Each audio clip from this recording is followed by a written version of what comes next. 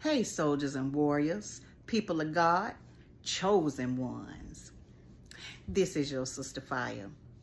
And I came to bring up a topic today that I think a lot of us need to hear and really think about. See,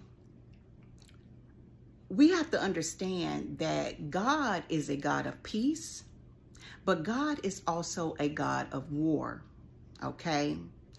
And Exodus 15, chapter 15, verse 3 reads, "The Lord is a man of war. The Lord is his name." Okay, so it even, mentions this in the scriptures, in the Bible. And so, the Lord is a loving God. He is love. He is peace. He is everything good and perfect.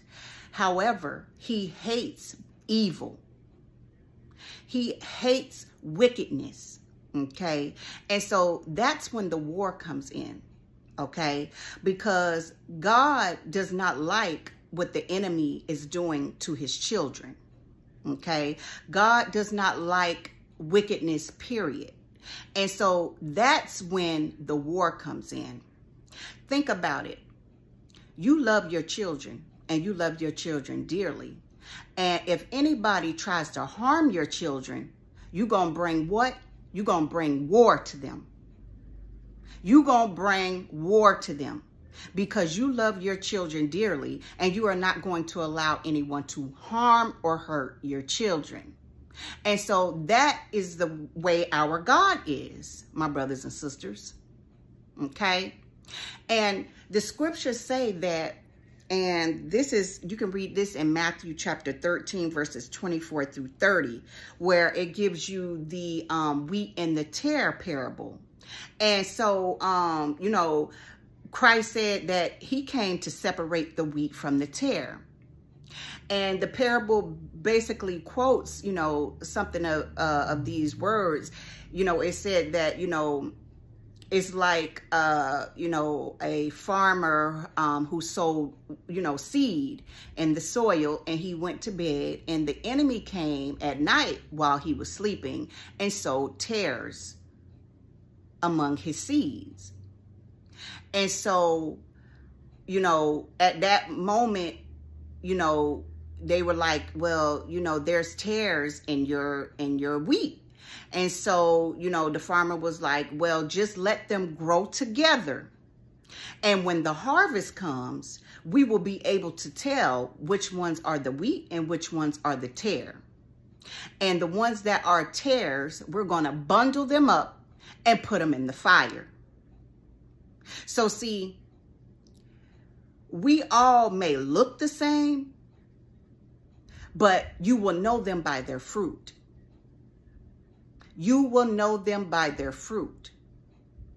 So we have individuals amongst us, chosen ones, who may look like us, but then when you see the fruit of them, they are tares.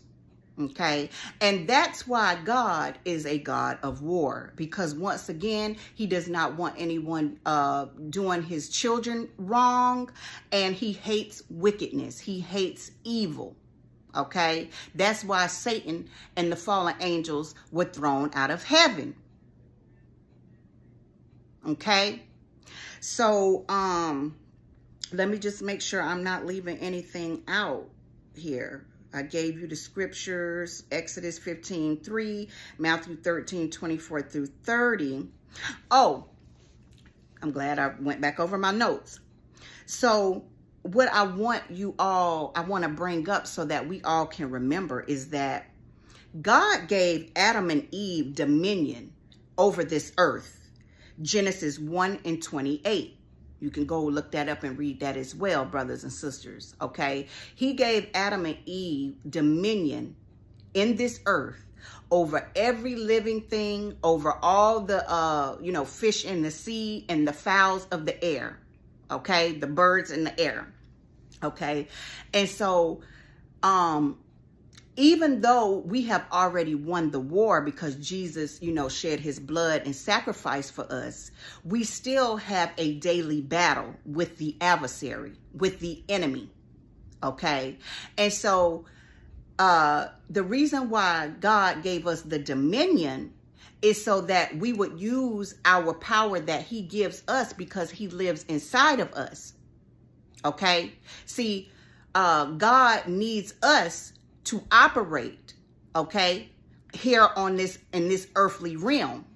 So if we are not speaking those things that be not as though they are, if we are not binding and loosing, as the scriptures say, and if we are not praying to the Lord, then things won't get done here on this earth.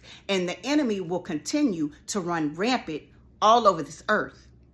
So see, we have to realize our power and authority that has been given to us because we have dominion here on this earth.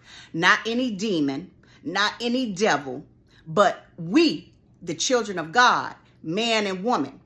Okay. And so we have to, you know, use those tools that God gave us here in this realm in order to defeat the enemy. So that would be, once again, binding and loosing, praying, fasting, okay, and using our words to speak life and not death, my brothers and sisters. So yes, you know, unfortunately, even though we are peaceful beings, we are peaceful people here on this earth, sometimes it's gonna get to war. We are in a daily battle. We are in a daily battle. And even though the war is already won, and even though the Lord is fighting for us, there are still actions that we must take as individuals, as children of God here in this earthly realm. So I just wanted to, I guess, bring awareness to my brothers and sisters to remind you that we have the power. We have the ultimate power and authority here on this earth to get things done and to not be trampled over and walked all over and suppressed and oppressed by the enemy. So yes, y'all think about that, kings and queens, soldiers and warriors, brothers and sisters, chosen ones. We have all the power and authority. So think it not strange when the terror, the enemy, comes and tries to oppose you, when the enemy betrays you, when the enemy backstabs you, when the enemy turns on you. Think it not strange. It tells us right in the scriptures that we will be persecuted for his name's sake.